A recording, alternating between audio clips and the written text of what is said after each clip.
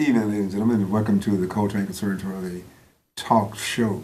We're going to be with you for the next 25 minutes or so, and we do appreciate you stopping by to be with us for these few minutes. As you know, we talk about our music. We do talk about the things that are happening in the news sometimes, and we just want to start off by saying my name is Joe Pace III. I am the director of the Coltrane Conservatory of the Arts, and in addition, I am an instructor there in music. We also have a tutoring school in math and English. So if you want to get more information about these programs, you need to call us here at the station, 312-738-1060. You'll see it on your screen there, or if you would like to call our facility, that number is 773-891-1875.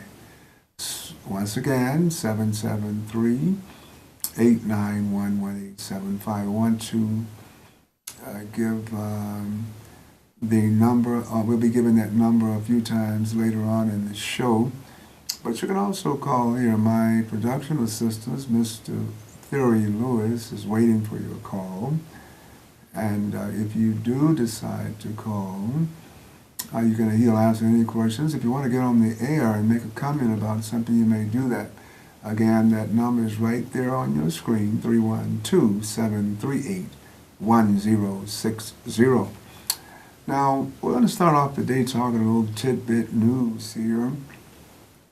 I want to just say that we're so happy that the two storms that occurred, especially this last one, Irma, in Florida, didn't do nearly as much damage as we thought it was going to do. So we're very grateful for getting that reprieve, or play, or you might say getting cut some slack by this huge, devastating hurricane.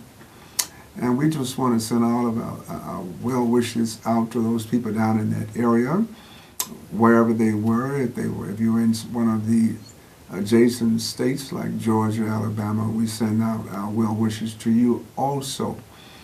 But we're very grateful that these storms didn't totally and completely devastate the people in those areas. Of course, in the American Virgin Islands, that is to say, St. Thomas, I know that's one of them, and the other one doesn't come to my mind, but we certainly want to send our well wishes out to those people. From what I understand, 90% of the homes in St. Thomas were devastated. And so we are going to be sending our prayers and our well wishes out to all of those people. Now we know that there are some things going on in Washington, and we'll talk about those a little bit later, but right now we want to get into talking to sharing with you some information about what we're doing over at the Conservatory. Now this right here, ladies and gentlemen, is just a copy of the students that performed in our recital on last July. And you can see there, some of you may have big screen televisions, and you're going to be able to see that very clearly. We had our African hand drummers, and then we had a number of people on piano. Amaya Harrell, she was on piano, and she's our youngest student at 5 years old on piano. And Carrington Thorne, she is, I think Carrington is 8 years old now, and Nazir Glasper, who is a guitarist. Julius Winchester did a drum solo. David Trehan, he did two guitar songs. Henry Holloway did 3 songs on guitar. And Trojan Jackson, one of our trumpet players, did 3 songs. And one of them was the very famous song, I believe it's called Killing Me Softly with Your Song. Killing Me Softly with his song. And it was beautiful. And Chandler Thorne, of course, did a drum solo for us. And then that was Rachel Winham, who is one of our intermediate students. She did 4 songs on piano. She's just 12 years old. and she's playing at a very high level. And Nico Hill, who's also playing at a very high level, did a drum solo. And then there's Kirkland Folks, who is one of our adult students. He did several songs, and he is playing himself at a very high level. So we want to invite you to get involved, you know, and of course, this is part of our training. What we do in the recitals are part of our training, because you get a chance at that point to play before an audience. And that builds up your confidence. It gives you a goal, an objective, a motivation. It inspires you to practice when you know that you're going to have to do a public performance. Now, these are the instruments that we train in. You can see there's a plethora of instruments. You see the drums, the clarinet, guitar, saxophone, trumpet, the hand drums, piano. And so you want to get involved, you know, you want to do something that's going to be productive in life. Some people don't have anything that they can say that I'm very good at this, you know. This is what I do. I am, you know. And so what I'm saying here is that everybody ought to have something that they can say that they are very good at. You know, we shouldn't live this life without saying, I'm good at something. I'm very good at something. I have put myself to studying something, and it's given me a skill that I can be proud of as a human being on this earth. And just that means that we didn't live this life in vainly. You know, sometimes if we don't do anything with our life, I mean absolutely nothing, then we basically just live this life in vainly, you know. And when I say if we don't do anything with our life, I mean when we don't really apply ourselves to become good at something. And those of you who have been wanting to play an instrument for many years, you have an opportunity to do that. We're located at 6353 South Cottage Grove, and that's centrally located just on the other side of Hyde Park on one end, and then on the other end would be, I believe that's called Grand Crossing. So we invite you to give us a call here, 773-891-1875 at the facility. Here you sit on the screen, 312-738-1060. And you can get information.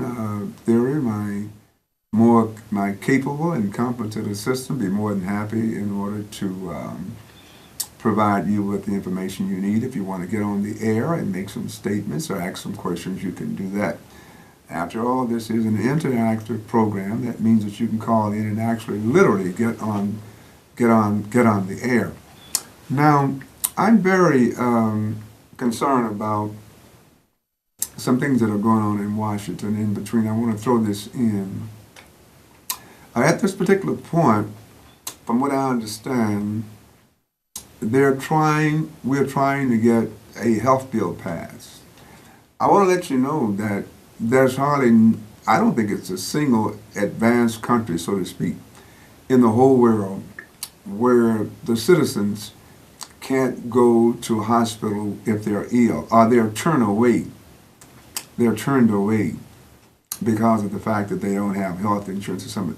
I worked in Germany for about a year and a half for an American company. I was sent over there this was way back in the mid-'80s. But everybody over there had health insurance. Well, everybody over there could go see a doctor without any problem. If they had some sort of sickness they needed to be attended to. There was no such thing as you showed up and somebody said, well, you don't have any health insurance, or you don't have this, that, or the other, so you can't be seen by a doctor. Except in this country. This is supposed to be the most prosperous country on the face of the earth. Now, there are a whole bunch of people that are not prospering in it, you know, and this is because we get involved with so many wars, you know. If we had all the money that we have spent on wars in the last 20 or 30 or 40, even 50 or 60 years, everybody would be rich. There wouldn't be any such thing as a poor person. Everybody would be well-to-do. No such thing as a impoverished person here in this country. We've spent billions of dollars, from what I understand, in Iraq, with the Iraq War, and also with the war in Afghanistan. Okay, not to mention Vietnam. We spent tons of money fighting that war. We gotta get out of this war mentality. You know, see, we're stuck in this war mentality. It's like we're bullies. Yeah, we're like the big bully. You remember the bully that they had in the classroom or at your school when you were in elementary school? You don't see that too much in high school because the kids have gotten so big until nobody wants to take a chance on even jumping on a little bitty fellow because he may even up the situation with some sort of whatever. But nobody liked that person. Nobody liked that person. And of course, we have a terrible reputation around the world. I don't know if many of you know that. You might think that people are running around saying how great and how wonderful America is. We may say that. But in most countries, even these developed countries, like when I was in Germany, just about every day on the news they had something bad to say about America. And this thing that we're doing where and we've been over there forever, why are we in these places? Good grief. The Germany thing is now 60 or 70 years old since Hitler was running around advocating for the murder of Jews. And not just advocating for it, but doing it. It's been a long time since that happened, ladies and gentlemen. So why are we still in Germany? And the Germans are taking full advantage of it because they're saying, okay, if you want to be our military budget, if you want to spend all your money, have all your troops here in these bases and trucks and guns and stuff, fine, we'll let you do it while we're getting our economy together. I just hope that the Germans are not saving all that money to spend on and doing some behind underneath the table research on the latest bombs. You know, they were the most technological people during those times. They had more advanced technology than anybody. And if it hadn't been for the Russians, they may have won that war. I know many people don't want to hear that, and many people don't believe it. Many people don't even know that Stalin and those Russians cut Hitler off, cut his army off in, where was that at? I think it was where they put a real whammon on him in, I can't think of the place, but it's a place where a lot of people go, were being sent by the Russians if they were not doing the things that the Russians wanted them to do. And I don't know why it's slipping my mind. Maybe it's because I hadn't intended to go in this direction. But anyway, we need to get rid of all these bombs. We need to stop all of this war and whatnot. And we need to ensure every American. Every American needs to be able to get whatever illness they have taken care of by some a medical care person, and not have to worry about bankrupting or being in debt the rest of their life. Every American should have this opportunity, and that's what we're shooting for. That's what we should be shooting for. Now, let me just get off of this because we got a few minutes left. You all know what I think about nuclear weapons. I told you last time we talked that there's no way that we're ever going to stop nations from trying to develop that weapon and from developing that weapon in some cases until we finally get to the point where we ourselves get tired of these weapons and abolish them. The abolition of nuclear weapons is imperative.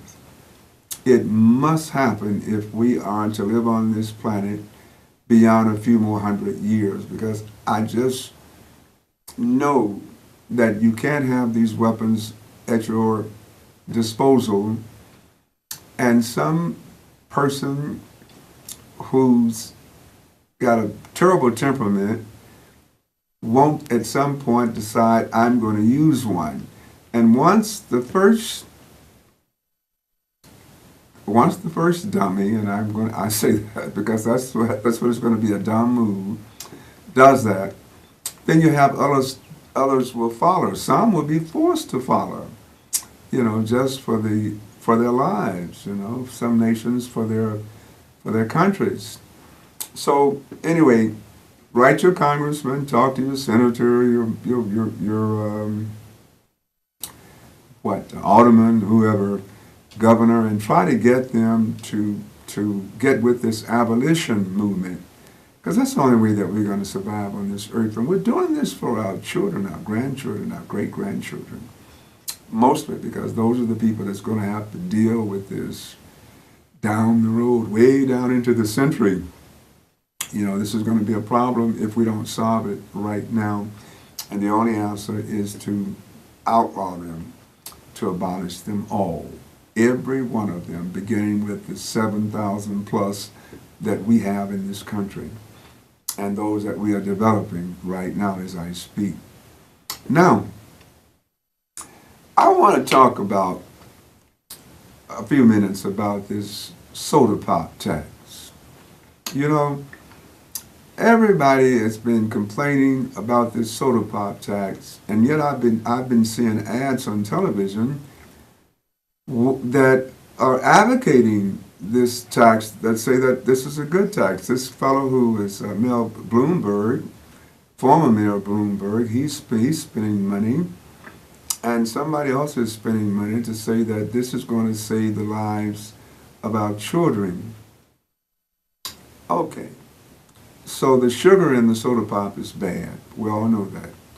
And probably the carbonated water is not that good for one's health. Can't we find some other way to advocate for the health of our children without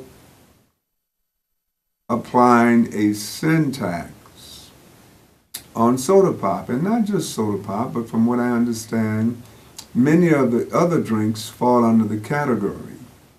In fact, I believe the only drink that's safely, only several drinks that are safely out of the way of this tax. And that may be the pure fruit juices along with water and maybe one or two others. Everything else is being hit by this. I cannot believe that people believe that this is the best alternative to advocating for the health of our children and the minimizing of drinking soda pop. I can't believe that. The first thing that we need to look at is other means of raising money. You see, this doesn't make any sense if you consider that on the one hand, people are saying we're advocating for the health of our children. And on the other hand, they're saying if this tax doesn't stay on the books, we're going to have to lay off exponential staff people, a large number of staff people. And that to me says that no matter what, if you keep this tax on, people are going to keep buying this soda pop and buying these drinks that you have this penny per ounce sales tax on, which is absolutely criminal, if you ask me. That I go buy a 64-ounce bottle of soda pop and you charge me 64 cents for that, and it may cost me $1.25 or 30 cents. That's criminal. So if you're going to raise, if you know you're going to raise millions and millions of dollars doing this, it becomes a sin tax. It becomes a tax like we have on liquor and cigarettes. I'm not sure what the statistics are on how many people have stopped smoking cigarettes since they put this label on them and saying that they're bad for your health. And they go up on the taxes all the time. Cigarettes, I don't know what they are, but somebody said they pay $5 or $10 a pack for them now. So I don't think these states and cities and whatnot put those taxes on those cigarettes because they felt that it was going to save lives. I think the Surgeon General in Washington made them put the label on the cigarette package for health purposes so people would know what they were getting into. And I think some people, probably marginal degree, a marginal percentage of people have actually taken that warning to heart and stopped smoking cigarettes, or not smoking as many as they used to. But I would be, I'd be surprised to know how many, or if there were a great amount. I don't think so. I haven't heard the cigarette or tobacco company say that they're not making money or that they're losing money, this, that, and the other. And it's the same thing with liquor. When you consider the taxes on liquor, and people are boozing it up, every weekend, beer, liquor, and wine, every weekend. So I think it's a bad argument to suggest that I'm going to put these huge taxes on soda pop and other drinks, and I'm going to, and at the same time we're going to rake in all of this money and keep all these people on the payroll, and we're going to save all of these children and their health. We're going to save the health of our children. I don't see how that works out. I mean, because you couldn't raise any money. You couldn't raise any money, so you'd have to lay off people anyway, if that was the case. I think this is a bunch of baloney. I think it's a bunch of baloney. And I really believe that we really need to seriously take a look at it, and we need to start looking for ways in order to educate people about the harmful effects of many of the products that are in the grocery stores and on these shelves. We need to spend money and effort to do that. And I know that will be a much better plan than these sin taxes that have been put on the soda pop. And that's where I am on that. And I don't care how many times Fred Winkle or anyone else suggests that's the case. I am not going to buy into it. And I'll tell you this too, that all of those people who suggest this, all those people who are suggesting this, every one of them, I would guarantee you that every one of them knows that this is not the way that you go about saving children or getting the word out to parents and their children and grandchildren that this taxes is going to help to bring about better health for their children. Because the people that really love soda pop, folks, I can assure you will still be drinking it. And those are the people who are the least, in many cases, educated. And they're not so concerned about some statistics and all of that, because most people feel that it's not going to be mean. And many people also believe that it's okay to spend 50 or 75 a dollar or whatever taxes. You know, they don't really care. So this is a tax that's being focused on those people who can least afford that tax to be on.